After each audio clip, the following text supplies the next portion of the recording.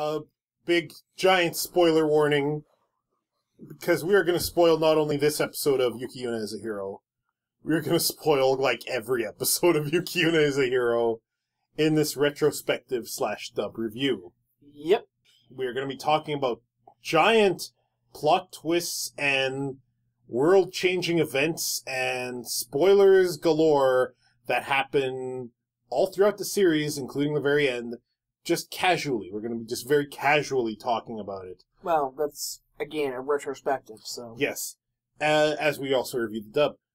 So, if you have not yet seen the show, or you care about spoilers, and you care about spoilers, I should say, then do not proceed. If you have seen it, or you don't care about spoilers, by all means do so.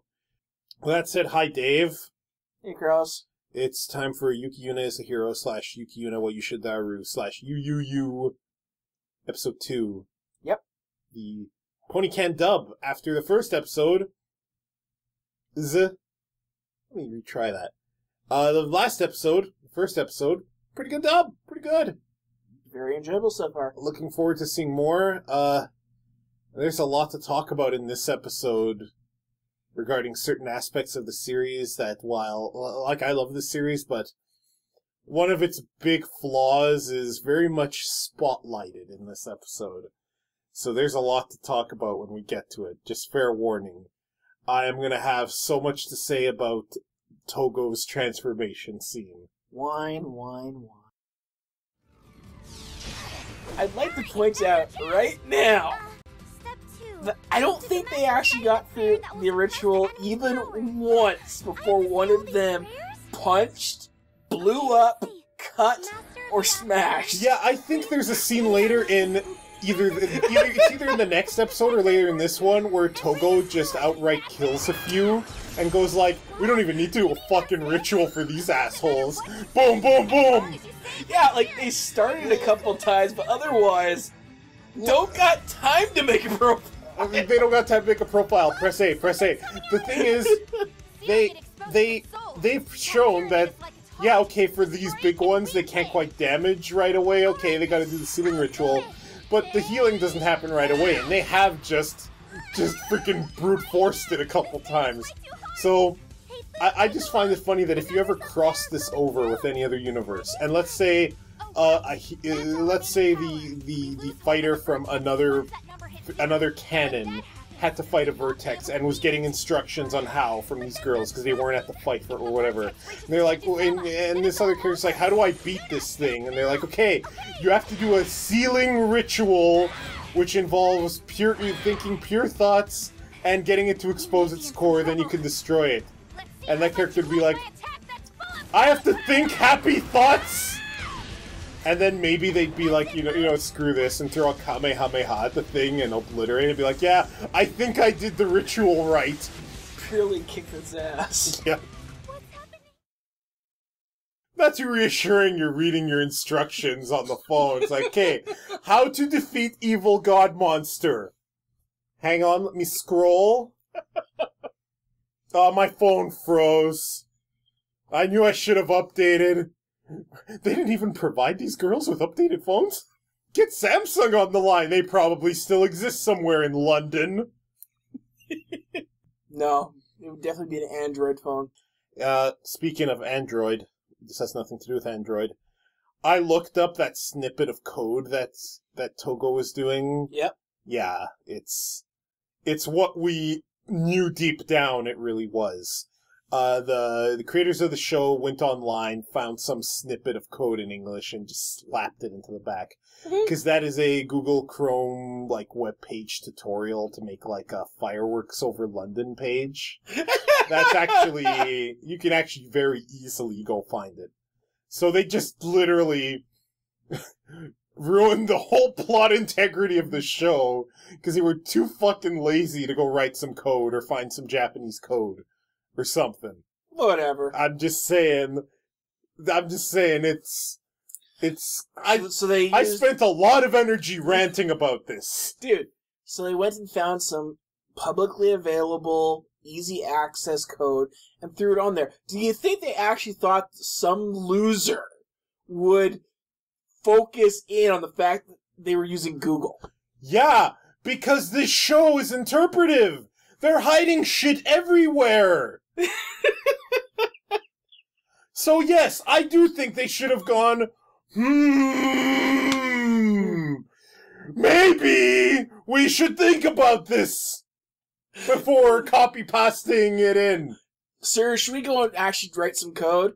No loser is going to actually delve too highly into this. Let me suggest something else, sir. Let's get some actual Japanese code and throw it in there. Why don't we just get some code from the official YuYuYu site? That's fine. That's a cool little nod. That would have been like, oh, cute. It's from the YuYuYu site. It's like when Michelangelo's humming the Ninja Turtles theme. Which still kind of pisses me off, but I can take it. Are you done ranting about the code? Yeah, I am. I punched some vaguely threatening geometric shapes with my hand and it hurt. How am I going to write about that in my journal? It's a picture of a pyramid and a fist and a question mark. I don't think she keeps a journal. You don't know that. And if she did, it would be on her phone. You know, let's just say for a second that the equivalent of the Shinju-sama of Edmonton, let's just call it the Spirit of West Edmonton Mall, I don't give a shit, really, had us do the hero thing for pretty much the same reason. You go beyond Red Deer and it's just empty redness or whatever. I don't know. Whatever. Work with me here. And I have a special cell phone that lets me transform. And can, has a radar and is basically my digivice for all intents and purposes, right? Yeah. I am doing nothing else with that thing. I am getting a different phone for my day-to-day.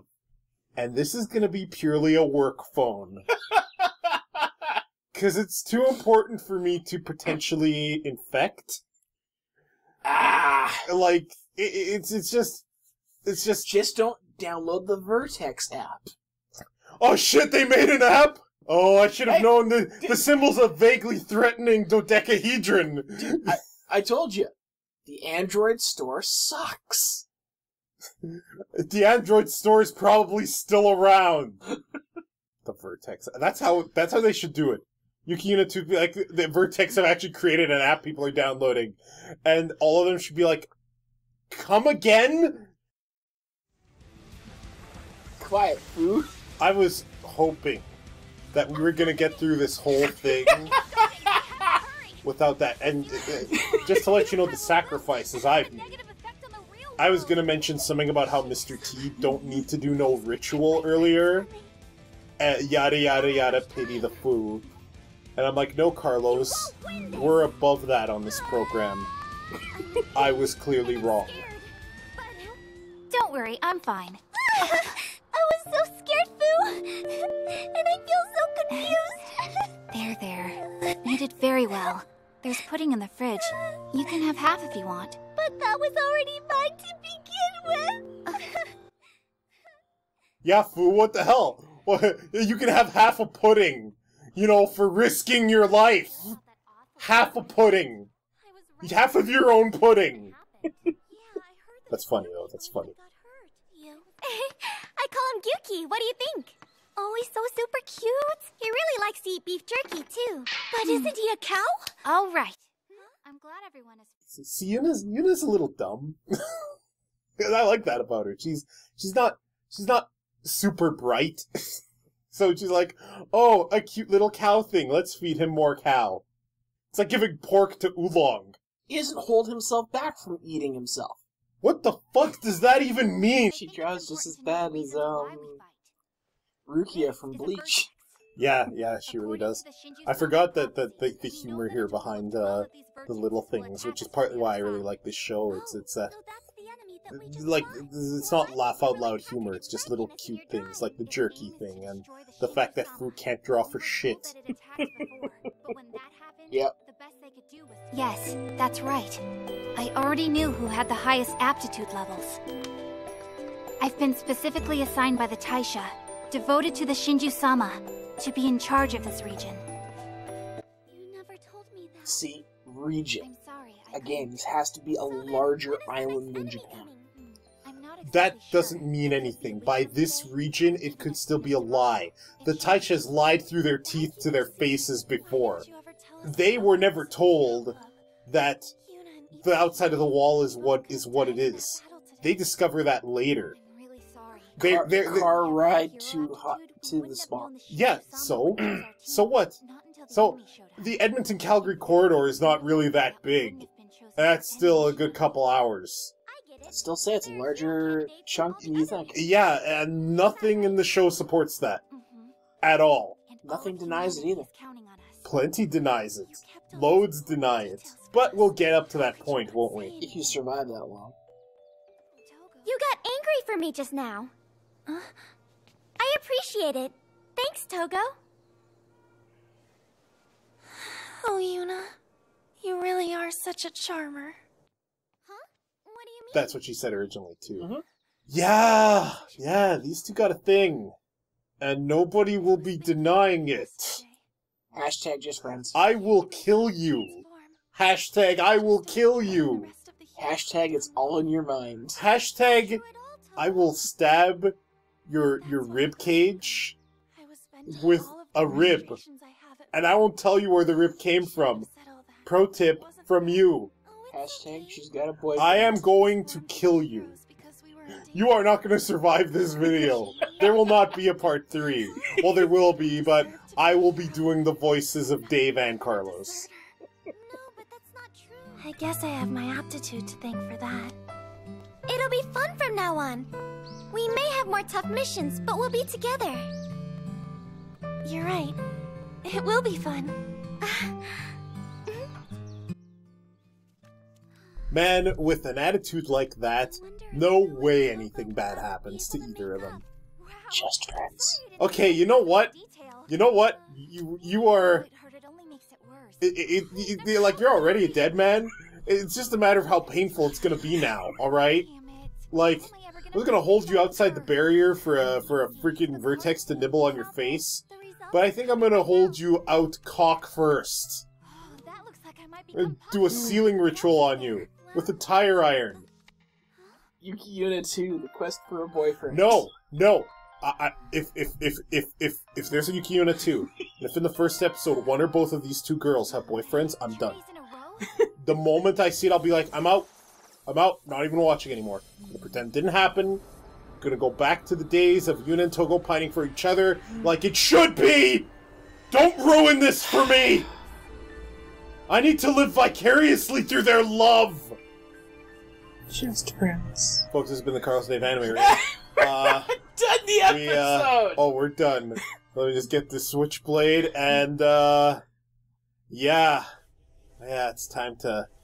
Dave, you look like you need a trach. Oh look, just a nice little honest game of solitaire. Itsuki, sweetie, give me those fucking cards! Bad things happen! You're such a card.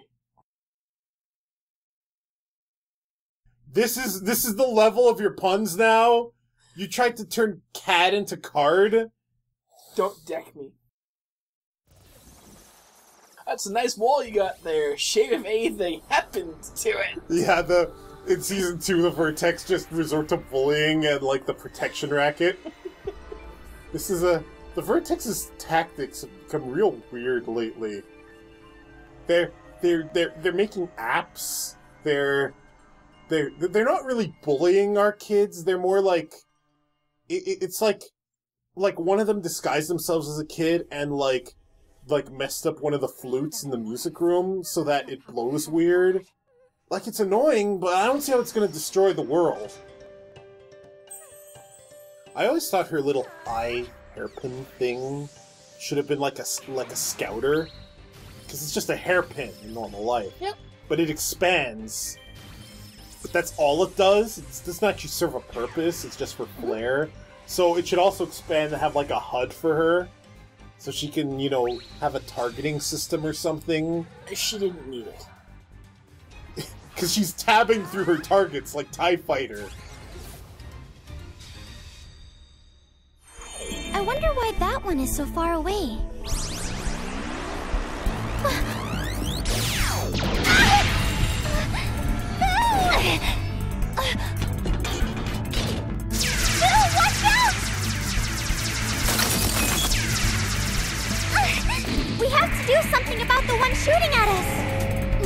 Yuna! Look out behind you!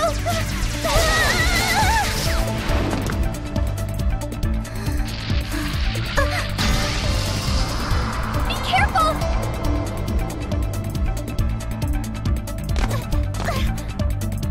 That was a kill shot. Yeah. If it wasn't for the fairy there, she'd been dead. Completely just impaled. Also, I like how she just punched the shit out of all the needles coming at her. Also, that Vertex is an asshole. The one that can snipe them. Yeah. It's like, it's not fair that some of the Vertex can snipe you. That's just kind of not fair, man. Or redirect. Yeah, or pull some Revolver Ocelot shit and fucking redirect the Needler. The Needler already homes in. Putting Halo into this? The Needler already homes in, so... Yeah. Apparently the Flood might be back in Halo 5. My turn to be a hero. Alright, Protect you. so this is what I want to talk about. I love the show, as you know. There's one serious drawback to it. And that's that it's not that it has fan service. Fan service by itself is not inherently bad. It's fan service with no purpose whatsoever that is inherently bad. And it's not even the fact that Togo's either 13 or 14. It's not the fact that she's that age either, although that's certainly definitely really, really icky when you think about it. And for the record, even though I love Gurren Lagann to death, it doesn't get a pass. Because freaking Yoko was 14 for the first half of that show, and she was the designated fan service object. Well more than Togo is here.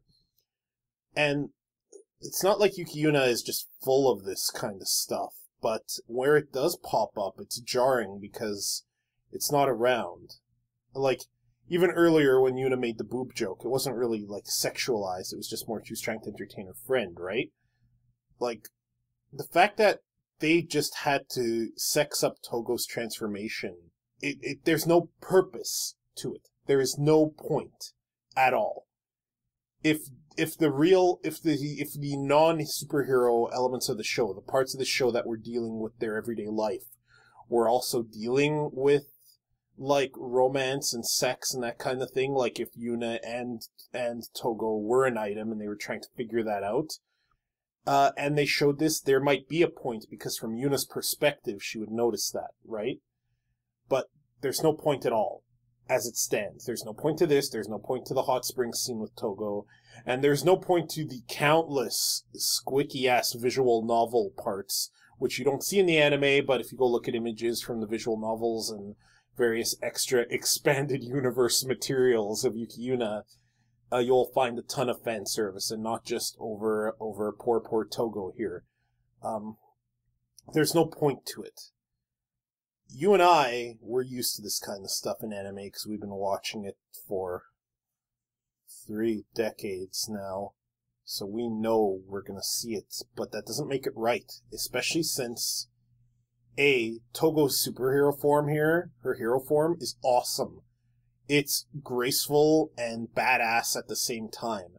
It looks super cool, and it didn't need to be ruined with all the thigh camera and boob bouncing. And 2, there are people I've seen online, people who are like, I was watching the show and then this scene happened and then I stopped. And I don't blame them. I don't blame any woman who watches this and goes, hey, this show looked cool, but this is catering to dudes. No thanks, I'm out. I've seen enough shows like this. And that's a shame because the rest of the show's awesome. But I don't blame them for that. And that's ultimately what's gross about it. It's not that it exists. If there was a point to it, fine. There's none. There's none, and this is the biggest flaw with this series, as far as I'm concerned. I agree it wasn't needed, but if I was talking to somebody and they told me that just because of this one scene they stopped watching the show, I'd say outright, that's stupid. How's it stupid? How's it dumb? To stop watching it because of one scene, not a scene that is continually repeated or is a trend, but for one scene, that's stupid. It's not stupid. It is not. I think it is. No, it's not stupid. It's not stupid. If someone's watching this, let's say a woman's watching this, but let's say even a man who isn't into fan service, okay? Mm-hmm. Let's say they're watching this, okay, and they have seen this kind of shit in so much, not only in anime but everywhere. Maybe the last movie they saw was Michael Bay's Transformers, where Michael Bay was fucking fetishizing what's her face who played the hot girl in that movie. That's how impactful a character she was, hot girl, where he's just fetishizing sexy stomachs. Like, maybe that's the last thing they saw. Or the last thing they saw was anything at all produced where women are objectified sexually. And then they're trying to watch something different, and so far the show has given them that, and then this happens, and they're like, fuck it. No, that's not stupid for them to quit over that. That's not dumb. It is totally valid. Okay, but in my view, I think that's stupid. I would tell them that. Yeah, and I just explained to you why that's wrong. That's fine. Like, I still think it's stupid. Okay, but why? I'm more for looking for trends. Over one scene that takes up a 5-second clip of a show. It's longer than 5 seconds. 10. Sorry. I would tell them that's stupid to go back and continue watching. That's all. Yeah, but here's the thing. That's no argument. That's no argument. If they've made an argument that this is a trend they've seen in fiction, period, and in anime specifically, and now they're seeing it again, and you telling them it's stupid, how's that convincing? Look, I love this show too, but this is a problem with it. If somebody told me that, I'd say that's stupid. We established that. We've established that. That wouldn't reassure anybody. And also, you're wrong, because it is a trend. Togo, this is not the last time that Togo will be played up for fan service. It's not the last time any of them will be played up for fan service. So, I mean, it is a trend. It does happen later in the show. Not to the extent of Togo's transformation scene, but certainly up there. Well, number one, I'd be suggesting the anime, not the extended universe in any way, shape, or form. Even within the box of the anime. Even within the box of the anime, it's still around. It is a trend. It appears again. It's not a fan service anime. You'd be hard-pressed to convince someone who turned away in disgust from something they liked, and now this happened. You would be super hard-pressed. Even in Gurren Lagann, for all the ickiness over making Yoko miss fan service throughout the entirety of the time she's on camera, arguably, we can understand that from the perspective of Simon and Kamina. And every other dude there, because, they were all kind of perverted. Even that makes some sense. Hell, if they played up the Yuna and Togo elements like I wanted them to, even this would have made sense. From Yuna's perspective. Fan service excuse aside. But there's no point to it. And it is around the whole show. So, I mean, telling someone that they're stupid for for disliking this element of it and that they might want to stop watching here, that has no basis. Problem with the show. A very minor one. So, aside from everything I just said about Togo's transformation scene, Togo's awesome and kicks ass. And that was the big if the last episode's big surprise was that this is exactly the kind of show it is, this episode's big surprise is not only does Togo transform, but she is awesome. And she kicks ass and has Dr. Octopus-style appendages so she can move around, and has guns for days, and just basically shot the shit out of one because she was hurting her friend, and then threw it onto another one. And it was like, all I'm thinking is, you pissed Togo off, now fuck your shit. She's a graceful Japanese lady who will shoot you in the brain if you piss her off. Yep. Don't worry, I'll cover you. All right. I think we kind of have to get a redefinition here for cover. I guess cover now stands for kicking its ass all over the place. Yeah, I'll cover you. Also, I might destroy it in the process. Technically, it's providing cover because it can't shoot at them anymore. Because it's dead. That's like you and me in Gears of War. Here, I'll cover you! As you're running up, all their heads are just blowing up. Yeah, I'll cover you. I got the oh my god. Togo needs a Lancer. Togo needs a Gears of War Lancer stylized like her outfit, just like all her guns. She needs to rev it, and she needs to fucking gib a Vertex like Marcus Phoenix. Fair enough. I completely forgot Fu could do that. That she could use a bullshit mode on her sword. I affectionately refer to it as bullshit mode. And she said it perfectly. She has an AoE attack. Yeah, she does. She whirlwinds and everyone dies. Yep. I also like how they just keep subtly showing those bloom counters going up, and oh, we know what it means. It means Super Saiyan forms, Mankai's, and disabilities and grief. So much grief. Next episode, the Green Ranger. Well, I suppose the Red Ranger. The 6th Ranger, 5th, joins the Hero Club, and we're introduced to Karin. There's a quick fight scene. And then an episode, or 2 episodes of just kind of everyday life stuff that was actually tolerable before we get to the big fight in episode 5.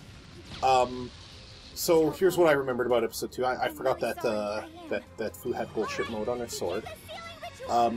So many Yuna Togo shipping hints already. So many. My heart skipped a beat.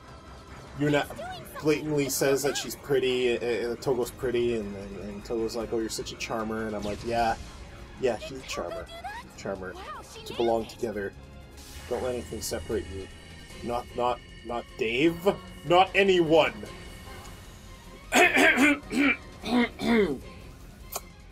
Situation under control. Yes. Just friends. I hate you. I'm glad We saw one of the big issues with the show kind of happened, and then hopefully it was quickly forgotten because Togo's hero form is so cool. So goddamn cool. And she was such a badass when she transformed. And obviously, you know, big hints at the fact that she's done this all before when she was Washio Sumi. And we should probably mention this, that this is actually a sequel to a Japanese light novel called Washio Sumi, Wayusha Daru, or Washio Sumi is a Hero. Because, spoiler alert, Togo was adopted by a family that were in the Taisha, and her name was changed to Washio Sumi, so Sumi fought with 2 others, Sonoko and Jin? It's G-I-N, I'm assuming it's Jin. And, Jin died, Sonoko became Bandage Girl, because she mankai'd too many times, and when Togo mankai'd, she lost use of her legs and her memory, which is why, the Taisha did the honorable thing, gave the crippled girl back to her family, she got her name back, Memori Togo, and put her right back into the fight. Well, and they put her next door to another suitable candidate so that Yuna's potency would accelerate her return to the front. Because fuck the Taisha. The greater good. The greater good. And that's the thing, that's why, despite me saying fuck the Taisha, why the Taisha and the Shinju as an antagonistic force trying to do the right thing is so much better than QB in Madoka Magica, is because I get why the Taisha and the Shinju are doing this. They kinda don't have a choice. This is a desperate situation they're in. QB's situation is not desperate, and QB's situation is just malicious, and the show and Madoka tries to play it off as neutral. Yet another reason why Yuki Yuna is a hero shits all over Puella Magi Madoka Magica. Although I know they're fans of both of these shows, so don't let my feelings for either don't take them to heart. But God, I hate Madoka. I hate the movie. I thought the series was just okay. Mm. So, lingering thoughts and feelings on episode 2 now that you've seen it again, and the English dub. What do you think of the dub for this episode? I think the dub is stellar. I know you feel that her shouts behind her punches aren't quite up to... You need to qualify her. There are 4 girls here. Yuna. Yeah. But, yeah, no. The voices are very good. Maybe it's notched down from the Japanese voice actors, but they're still portraying the characters very well. The Japanese voice actors are still, like, I'm not going to say they're way better, but they're definitely, it's definitely noticeable. But the English voice cast is still really good. Yuna's battle screams have not really improved, but they're not bad. It's just that by comparison to Japanese Yuna's crazy "I'm gonna kill you" screams, they just don't compare. However, Togo's voice actor is amazing. I forget the name of who's doing her English voice. Apologies if you're listening to this for some reason. I don't know why you listen to us. But she's great. Like every bit of emotion behind Togo, I buy. And her voice actor is actually really, really good. That was going to be a hard one to do because I think Togo's the best character in the show, and she's my favorite character for sure. So to find a voice that is capturing the nuances of her kind of graceful ladylikeness and her emotion when she sees Yuna in trouble, and her ability to command authority when she's in hero mode, that's a tough call, and I felt this voice actor does that. I think Fu and Itsuki are fine too. The big thing coming up is to see whether Fu and Itsuki's voice actors can pull off the emotion coming up. Itsuki doesn't need to. That's the thing about Itsuki's voice actor. Spoiler alert again, she don't got a lot of work left. She has 3 episodes until Itsuki loses her voice for what they think is forever, and then one flashback because of the recording that drives Fu crazy, and then again in the final episode. So Itsuki's voice actor, it's kind of got screwed on this here. Okay, we did that show. She loses her voice for how many episodes? Oh, what the fuck? Such a cruel thing to joke about. Itsuki's we don't gotta worry about. It's Fu. Fu's gonna have to pull off some serious emotional breakdown voice acting, and I think she can do it. I want to hear what Karin sounds like now because, well, she's next. She's our Tommy Oliver, except not at all. Yeah, so far so good. Like I said, this dub, if for whatever strange reason YuYuYu Season 2 happened and it came out in English first, for some reason, I wouldn't mind watching it because the voice cast is great. So like the Japanese voice cast, but I don't hate this voice cast either. Yeah, I don't think if that happened that we'd see a simul dub. Or broadcast dub. No. Only Funimation's doing that, and they wouldn't get the 2nd season. Plus, even if we got that, I'd still want to see the show in Japanese anyway. So I mean, because I just like this voice cast, I think they're great. So I would want to see that in Japanese regardless. So either way, like I wouldn't miss the dub there, but yeah, it's still good. Folks, friends. Don't download the Vertex app, but using whatever web browser you desire, go to carlosanddaveanimeRape.com for our videos and more. And you can, like, we're not going to tell you how to access the Hero System app because there's a lot of emotional trauma that goes along with it. But if you leave us a comment or two, we might just answer them. Tune in next time.